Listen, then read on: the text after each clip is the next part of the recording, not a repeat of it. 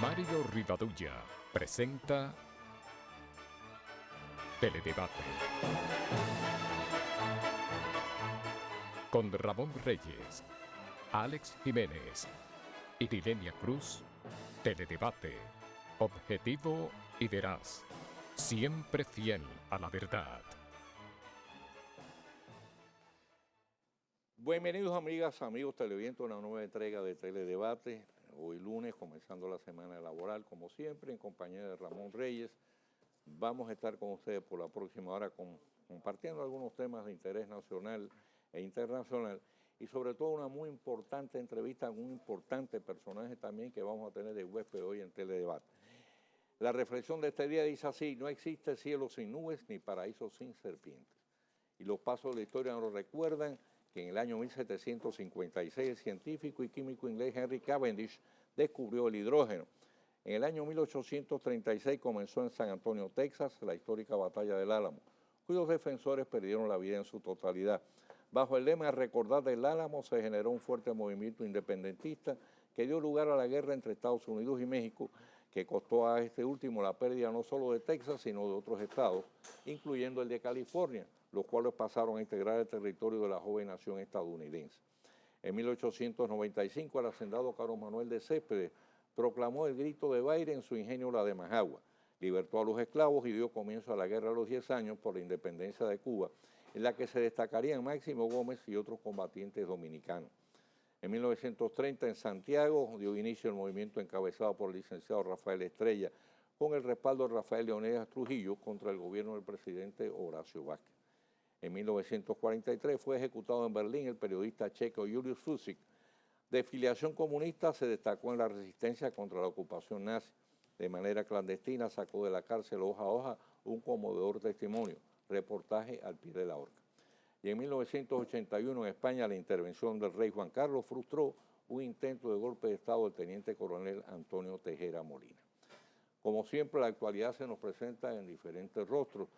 Por lo pronto hay que felicitar a Víctor Estrella. Ramón sigue haciendo historia, acaba de ganar su segundo Challenger del año y ahora figura en el número 42 entre los 100 primeros tenistas del mundo. Ha recibido premios por más de 5.200.000 pesos. Es uno de los atletas patrocinados por Creso.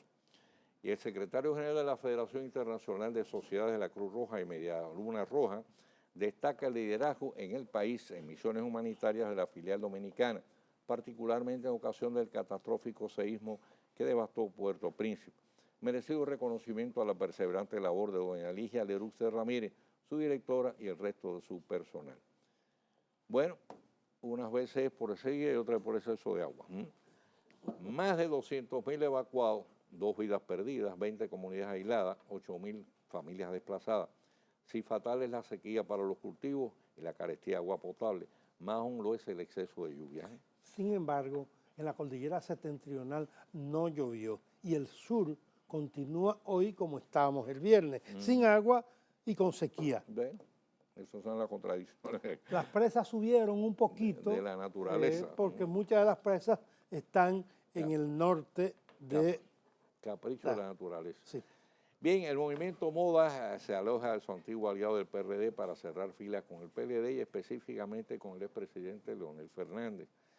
Y el Papa nombra nuevos obispos, monseñores Héctor Rafael Rodríguez en La Vega, Freddy Bretón, arzobispo metropolitano de Santiago, y Andrés Napoleón Romero en Barahona.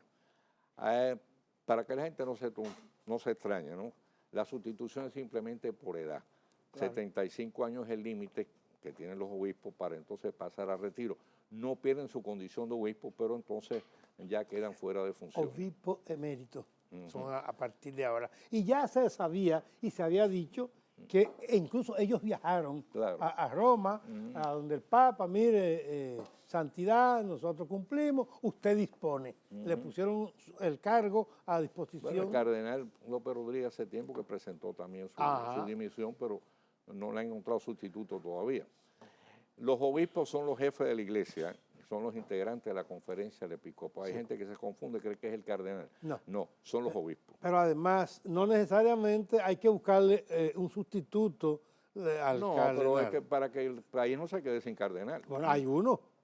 Y él pasaría a ser cardenal emérito. No, pero no, Cardenal funcione. No, ya no. Después de su segunda muerte posquirúrgica en una semana, la Fiscalía dispuso el cierre del Instituto de Adelgazamiento Estética del Cuerpo y Ginecología de Santiago, mientras dure la investigación. Antes fue cerrada varias veces por la misma razón, en el 2011 y 2012. En el 2011 y 2012. Le conté esta mañana 4 muertes. En esa época. Sí. Y ahora son 6. Sí, y media docena. En 72, no es una semana, 72 horas. Pero lo peor aún es que esta mañana había mujeres que tenían pautado procedimientos para hoy y se aparecieron esta mañana. Ellas o no leen la prensa, o no oyen la radio y la televisión, o son muy tontas y torpes. Son muy tomeras. Óyeme, porque...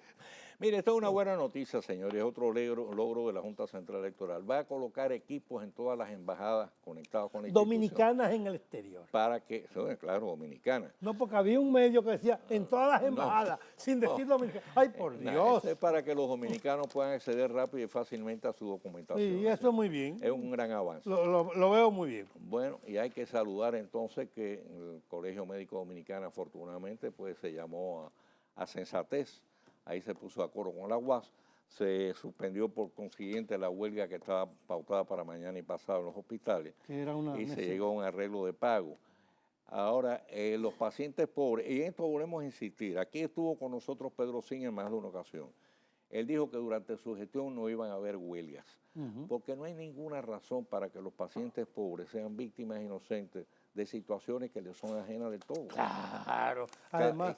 Sí. Es como tú matar a un mosquito con una escopeta. Claro. El problema del agua no era tan grave ni tan grande que tú tendrías que movilizar, llamar al país a una huelga de 48 horas para resolver un problema. Mire, cada vez que el Colegio Médico Dominicano promueve una huelga en los hospitales, pierde prestigio, simpatía y credibilidad. Además, los hijos de Machepa son los que sufren. A ver si usted que es abogado me puede explicar esto. ¿Qué razón jurídica había para liberar a los autores del robo de la embajada? Ninguna. Oiga, a mano armada resultó lesionado el custodio de la misma y los maleantes, entre ellos agentes uniformados, cargaron con 2 cajas de caudales de león. Pero además de eso, fíjense, ese es otro pelo en el sancocho de las no muy siempre cordiales relaciones con el país vecino. Yo no sé, la jueza del Cristo que dictó el fallo. Margarita Cristo. A uno le puso 200,000 pesos como medida de coerción y no efectivo, sino que tú puedes con una garantía de la compañía de seguro y a los otros pura y simplemente los liberó. Cualquiera se embulla aquí a asaltar un banco. Ay, por Dios. Sí. Yo no sé. Bueno, 2 excelentes obras, señor. El primer tramo de la circunvalación Santo Domingo. Porque enlaza Jaina con la autopista Duarte. Ahora todos esos camiones que venían del sur o que salen del puerto de Jaina ya no van a tener que pasar por la ciudad. Eso representa ahorro de tiempo, combustible y contribuye a la fluidez del tránsito porque forman unos tapones grandes, sobre todo después que se cerraron el acceso del malecón a los camiones. Sí. Y esta tarde el remodelado traumatológico Darío Contreras a un costo de 1.170 millones de pesos. Rápido que una estructura con 50 años de antigüedad, señor. Rápido que lo hicieron. Sí, pero la catedral está ahí, tiene 500 años, espérate. Sí, pero no compara una cosa con la otra. Además, déjeme decirle una cosa, las construcciones de la época colonial son una resistencia increíble. Ahí lo tiene no solo la catedral, muchas otras. Yo espero que con la remodelación y puesta en servicio del Hospital Darío Contreras, también, como dijo la ministra de Educación, sean autogestionarios y que ellos puedan a las compañías de seguro, a la ARS, facturarle a todo el que va y tiene su seguro. Hay toda una serie de hospitales que están en la misma situación, es decir, que no sé, porque el Robert Cabral tiene el mismo problema. Tendremos que remodelarlo de nuevo. No hay por qué remodelarlo, que hay que habilitar.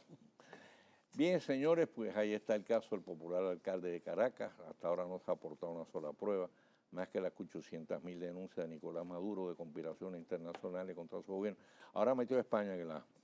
Bueno, vamos a hacer la pausa, señores, pero antes de hacer la pausa, mire, déjenme anunciarles o recordar un evento muy importante que está organizando el despacho de la primera dama, doña Cándida Montilla de Medina.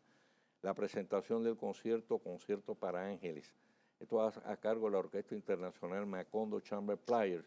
está integrada por talentosos jóvenes de distintos puntos del mundo, incluyendo uno de la República Dominicana. Yo estuve por la mañana en la rueda de prensa muy interesante.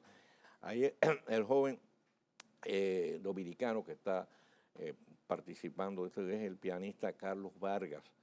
Hay también pues, una serie de artistas que son de Colombia, ya está uno ruso también. Eso va a ser mañana a las 8:30 de la noche en la sala principal Carlos Piantini del Teatro Nacional Eduardo Brito en la capital.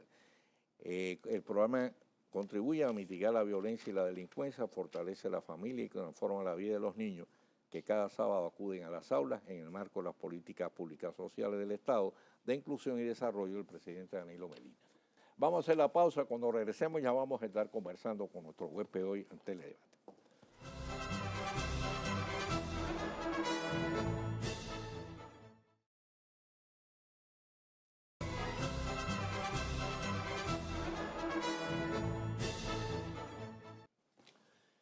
Bien, pues en Teledebate tenemos hoy un huésped muy especial, el doctor Rafael Alburquerque, ex vicepresidente de la República en 2 periodos consecutivos, es secretario de Trabajo bajo 3 gobiernos distintos. Sí. Sí. Experto en Derecho Laboral, reconocido a nivel internacional, asesor de la Organización Internacional del Trabajo y miembro de la Comisión Política del PLD. Si ustedes son los que mandan el PLD, son los que tienen... ¿no? Nosotros no, nosotros somos servidores en el PLD. Sí. Sí, pero son los que tienen el látigo en la mano. Y ahora asesor de los gremios en la discusión de los diferentes pactos. No, de los diferentes, no, del Código de Trabajo solamente. Código de Trabajo. No en el Pacto Eléctrico. Bueno, doctor Alburquerque, para nosotros un antiguo, admirado, respetado y querido amigo de muchos años y un caso muy singular e infrecuente, figura en una figura pública sin cola.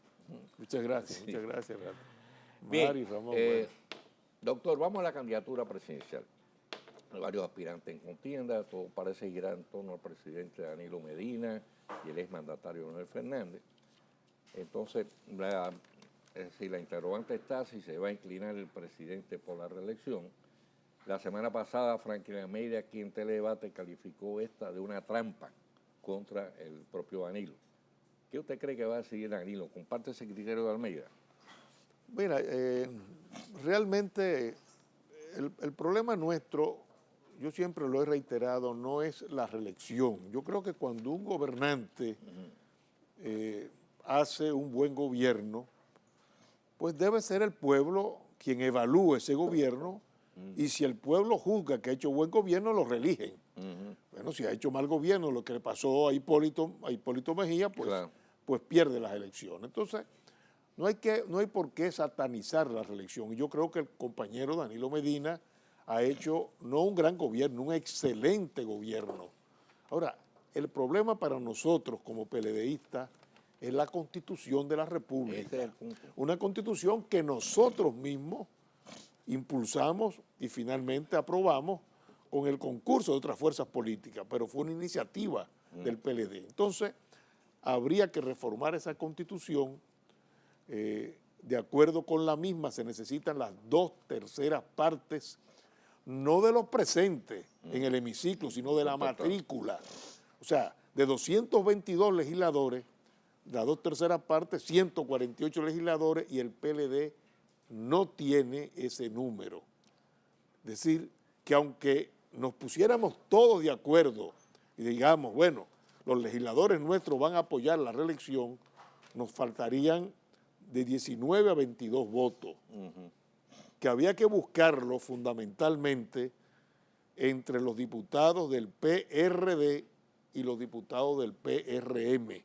Entonces, la pregunta que yo siempre hago es la siguiente. ¿Y el Partido Reformista? Bueno, el Partido Reformista tiene 9 votos y son aliados, bueno, se supondría que votarían. Pero aún así habría que buscar los votos del PRD y del PRM, por lo menos algunos de esos votos para completar las 2/3 partes. Entonces, la pregunta que yo siempre hago es la siguiente. Habría que preguntarle a Hipólito Mejía y había que preguntarle a Miguel Vargas Maldonado si ellos están de acuerdo en ordenar que sus legisladores voten por la reelección. Ahí está el problema. Ahí es que se tranca el juego. No, pero Almeida dice que era una trampa por eso mismo, que usted señalaba.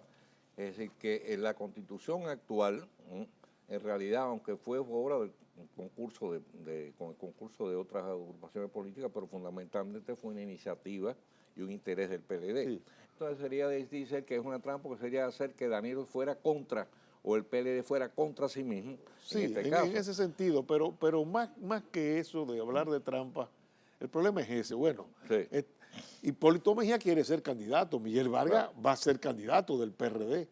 Bueno, con una popularidad cercana al 60% más que tiene Danilo Medina, a ellos les va a convenir ordenarle a sus legisladores que voten por la reelección. Obviamente que van a decirle, no, mire, voten en contra de la reelección. Y entonces ahí el PLD, ¿qué puede hacer? Porque no tiene los votos suficientes.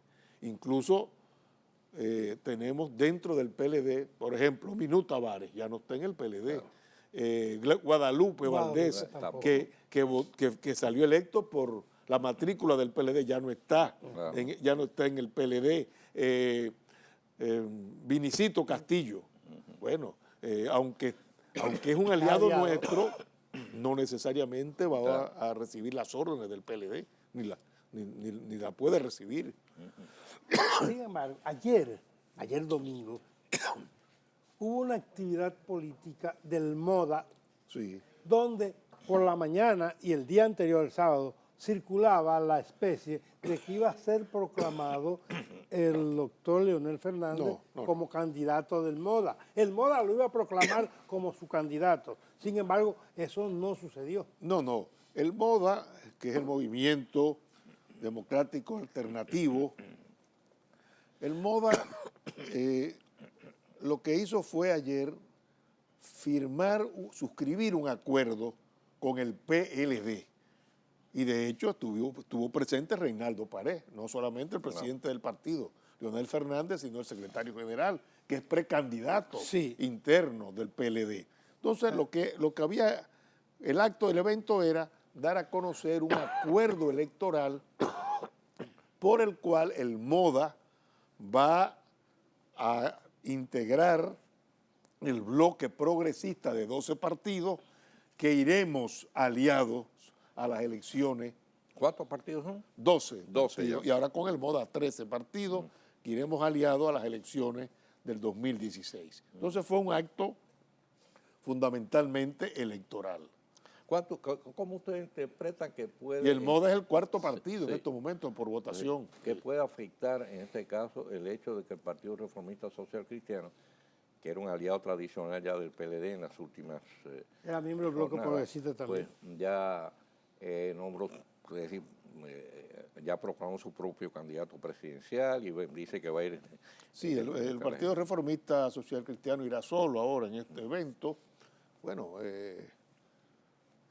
no en las últimas, en las penúltimas elecciones tampoco fue aliado al PLD, sino hizo una alianza que se llamó Rosada con el PRD. Ahora trilla su propio camino, pues entendemos que es su derecho y de que su nuevo presidente, Quique Antún, quiere pues tratar de que el partido tome alas, pues rescatar el partido, nos parece muy bien.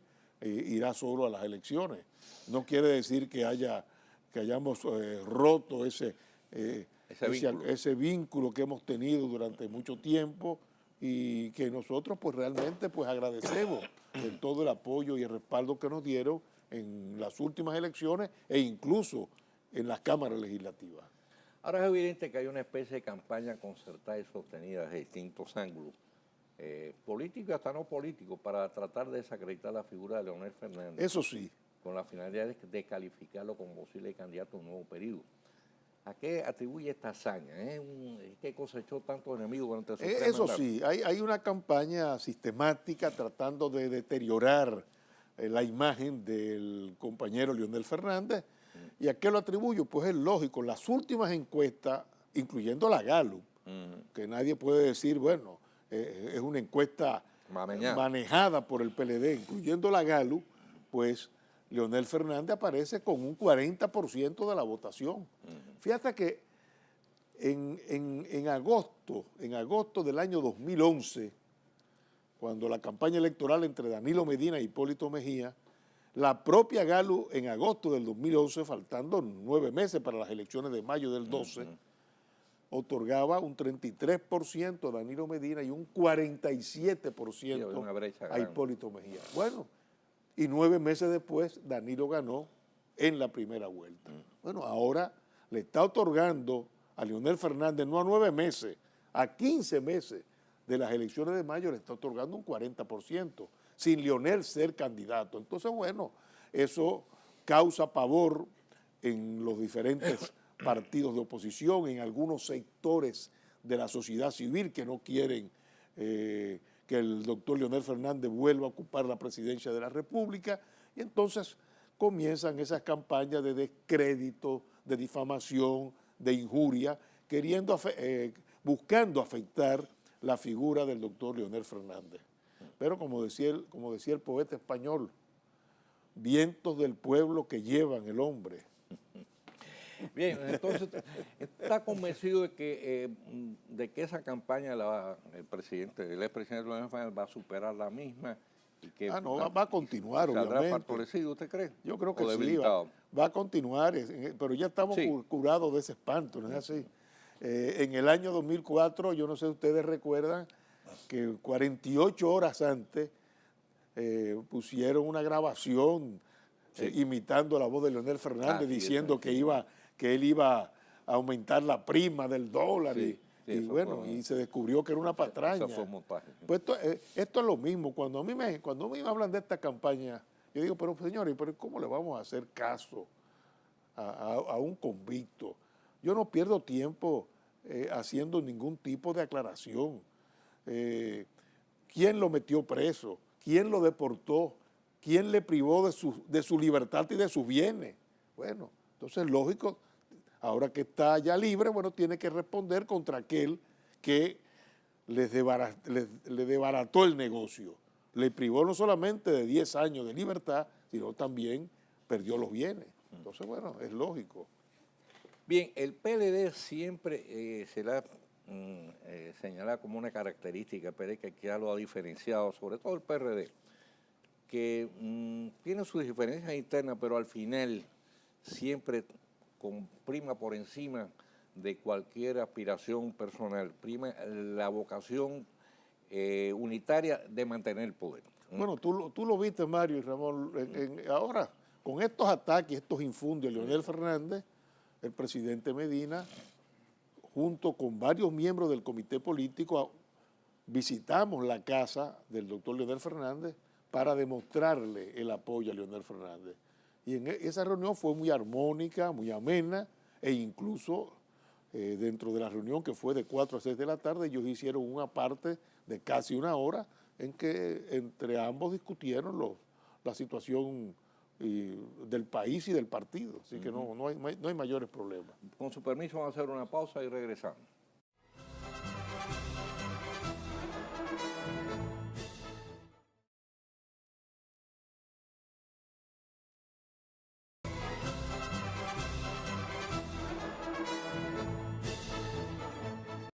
Bien, don Mario tocó la parte política. Yo quisiera, usted como abogado de los tribunales de la República, abordarlo como abogado. ¿Qué está pasando en la justicia dominicana? Se ha deteriorado después del cambio de la Honorable Suprema Corte de Justicia.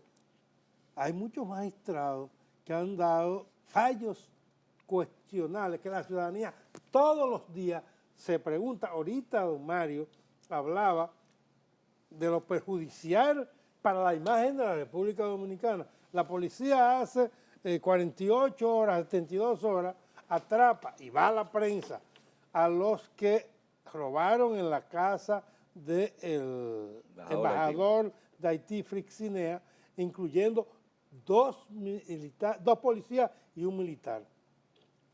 Le dan de baja y 72 horas después una magistrada lo pone en libertad. Y ese no es el único caso, ese es el último. Pero además hay un caso de una muerte hace 48 horas y hace 72 horas, 2 muertes de 2 personas en un centro en Santiago. en el 2011 ese mismo centro fue cerrado. ¿Quién lo reabrió? Cerrado por las autoridades. Pero no solamente murieron las 2 de ayer, sino 2 en el 11, una el año pasado, hay 6 contabilizados. Entonces, ¿qué pasa con nuestros jueces y nuestros fiscales? Falta continuidad, no hay consecuencia en la justicia dominicana. Mira, es un problema, vamos a decir, complejo. Es un problema de jueces, es un problema también de fiscales también. Fiscal y del propio Código Procesal Penal. O sea, el Código Procesal Penal creo que es un código moderno, bueno, pero la pregunta que uno se hace es, ¿estaba la sociedad dominicana preparada para un código procesal de esa naturaleza? Bueno, ese mismo código te dice, no, el estado natural del hombre es la libertad. Sí. Bueno, es cierto. Entonces, anteriormente, cuando no teníamos este código, el juez ordenaba la prisión preventiva. No, ahora hay lo que llaman las medidas de coerción, usted paga fianza o usted queda en su casa y tiene que ir todos los lunes a la fiscalía. Bueno, pero en una sociedad desarrollada le dan seguimiento a eso. Aquí, ¿no? Le ponen una pulsera en la pierna, claro, al preso preventivo, y si no se aparece el lunes lo buscan. Aquí desaparece y más nunca se encuentra ni en los centros espiritistas. Y entonces, bueno, y vuelve a cometer el mismo delito. Y vuelve a cometer el mismo delito. No entonces, solo eso, las fianzas se pierden en otras sociedades. Y las fianzas también no. Sí, también. Bueno, entonces, como te digo, primero lo del Código Procesal Penal me parece muy bien, pero no estábamos preparados. Luego, de repente tú ves a un juez que te dice, no hay que soltarlo, porque usted contaminó las pruebas. Bueno, siendo culpable. Siendo culpable, pero se contaminó porque el policía fue donde estaba el asesino y encontró un indicio y le puso la mano. Y dice, no, eso está contaminado ya. Entonces, todo ese problema lo da el hecho de usted querer importar una legislación sin tener en cuenta la realidad nacional.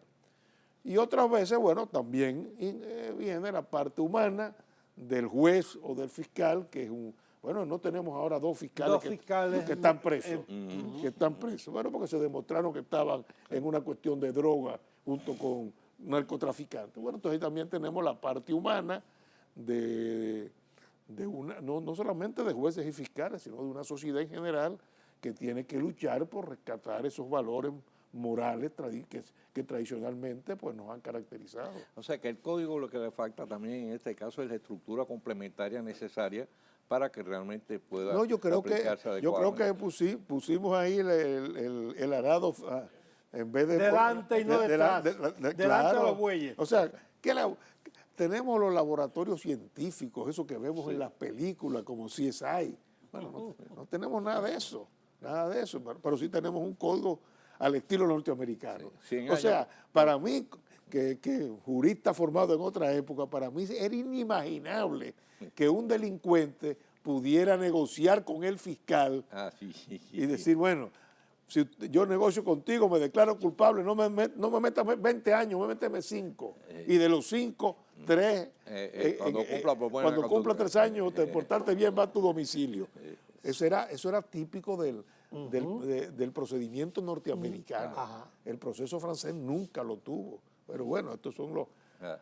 Yo no estoy en contra porque creo que los países van cambiando, van transformándose, pero hay que ajustarse a la realidad que tenemos. Sin embargo, doctor, aunque hoy no existe la íntima convicción del juez, un juez puede, frente a una evidencia, decir, no, tú sigues preso. Pero claro. Entonces, ¿por qué no lo hacen? Ese es el problema, porque, óigame, yo soy juez y todo el mundo sabe que fulano mató a X.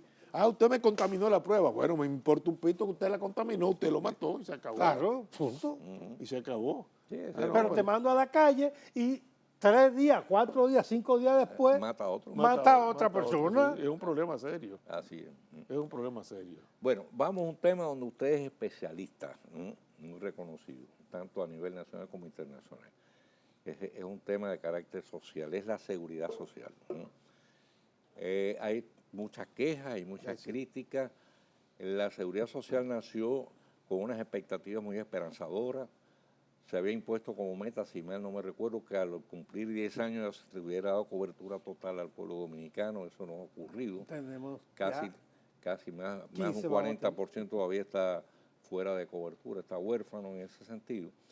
Hay además toda una serie de situaciones que se han ido desactualizando. Por ejemplo, los famosos 3.000 pesos para las medicinas. Eso ahorita no alcanza ni para comprar aspirina. Ahorita no.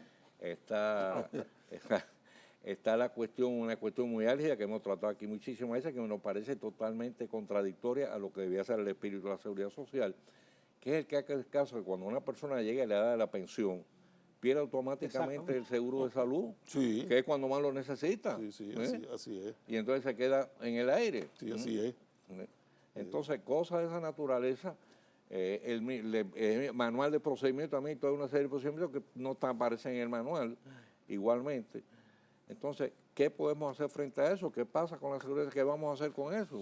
No, efectivamente, yo creo que se ha avanzado mucho en términos de cobertura. Cuando nosotros llegamos al gobierno, en el 2004, solo el 7% de la población tenía cobertura del viejo Seguro Social.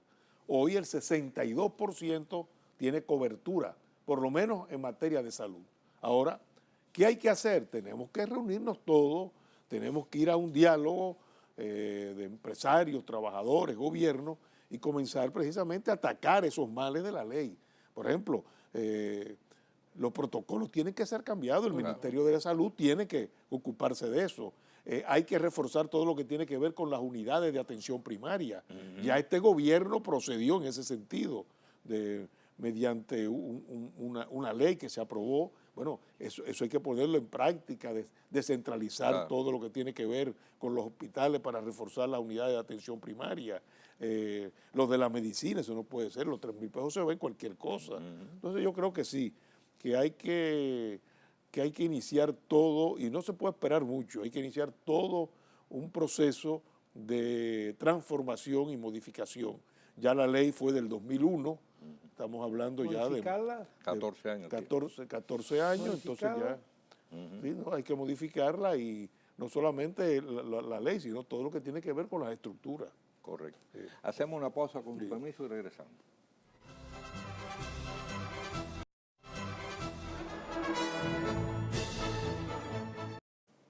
Bien. Don Mario. Bueno, ya estamos en los minutos finales, y entonces, ¿cómo es las perspectivas del país? Por ejemplo, hay crecimiento económico sostenido durante todos estos años, en algunos casos inclusive por encima de casi un puesto de liderazgo en relación con América Latina. Ya mucha gente dice, pero bueno, ¿y cómo hay crecimiento económico? Yo sigo mal, ¿no? Porque hay un problema obvio. Hay como especie de un filtro donde la mayoría de ese crecimiento económico va a enriquecer a los más ricos, y sin embargo el grueso de la población no disfrutan de... necesitamos un poco de más equidad en la distribución. Sí, la lucha ahora yo creo que tiene que ser, y fue la lucha ahora de la Bachelet en Chile, la lucha por la inclusión social y la equidad. La pobreza ha disminuido. Nosotros en el 2004 encontramos una pobreza, de pobreza general de casi un 50%. Hoy, en las últimas estadísticas del Ministerio de Economía, Planificación y Desarrollo, estamos hablando de un 35 punto algo, 36%, o sea, de 49 a 36. Y la pobreza extrema, que la encontramos en 16, hoy está en un 8%. Es decir, que ha habido una disminución de la pobreza en sentido general. 700.000 personas en los años de gobierno del PLD, 700.000 personas han podido salir de la pobreza. En este gobierno, pues, se ha avanzado en la meta que se puso Danilo Medina de 400.000 empleos formales, pues ya van mucho más de 200.000 empleos formales. De manera que el país ha avanzado. Ahora, no hay duda de que se requiere, y esa es la tarea del momento, el que haya una mejor distribución de las riquezas que se están generando. Dos cosas, hablando de riqueza. Los trabajadores están reclamando un mayor 30% de aumento de salario. Uno. Y dos, están enfrascados y usted es parte de eso, en la discusión de un nuevo código de trabajo, que muchos empresarios dicen y ponen otras condiciones para acceder a modificar eso. ¿Qué dice usted? Bueno, son negociaciones muy difíciles, la hemos estado llevando a cabo desde el año pasado. En la parte procesal, bueno, más o menos ha habido ciertos acuerdos, pero lo que es la parte fundamental, esencialmente lo que es el auxilio de cesantía, el argumento empresarial es, bueno, si logramos limitar la carga que representa la cesantía, nosotros podemos aumentar el salario. Y la respuesta de los trabajadores es que ellos no pueden ceder renunciar a derechos que ya han conquistado. Cuando los empresarios dicen, bueno, pero no es para ustedes tienen ya derecho adquirido, es para los nuevos trabajadores. Los trabajadores les responden, bueno, es que nosotros tenemos que defender no solamente a los trabajadores actuales, sino también las nuevas generaciones de trabajadores. Claro. Bueno, y esa es la discusión que se ha ido llevando a cabo, que vamos a ver, bueno, hasta dónde podemos llegar. ¿Cuál es su pronóstico? Bueno, que es una negociación muy difícil. Siempre muy difícil. No sé vamos a ver qué solución habrá. Siempre, claro. Yo se lo decía al comenzar, me refutaron, pero yo le decía, óigame, estamos hablando de intereses antagónicos. Claro. De intereses antagónicos, porque algún empleador me dijo, no, pero mire, hasta el matrimonio se pone de acuerdo. Digo, sí, pero no son intereses antagónicos. Yo recuerdo siempre en una conferencia en México que un abogado patronal dijo, es que los patronos, los trabajadores siempre quieren ganar más y trabajar menos.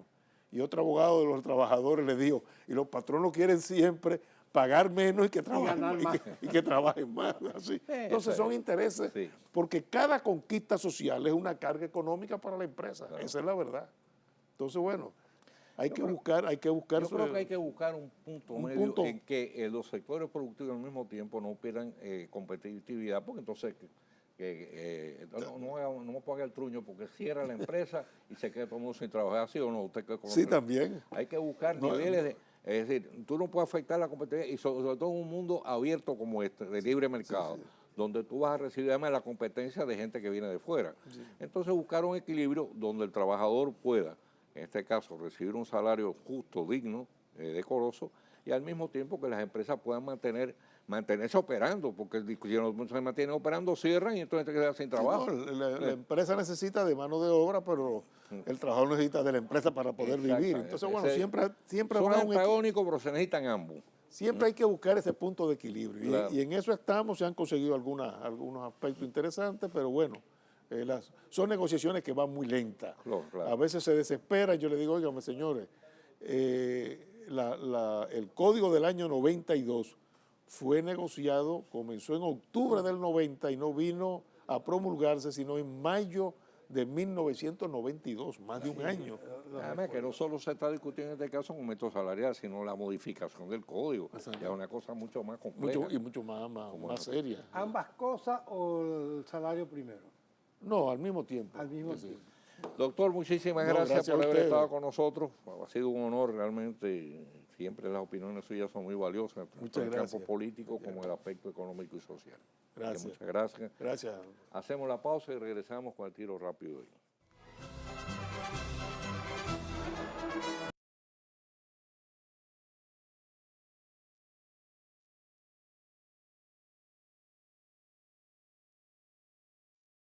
Teledebate, el tiro rápido de Mario Rivadulla.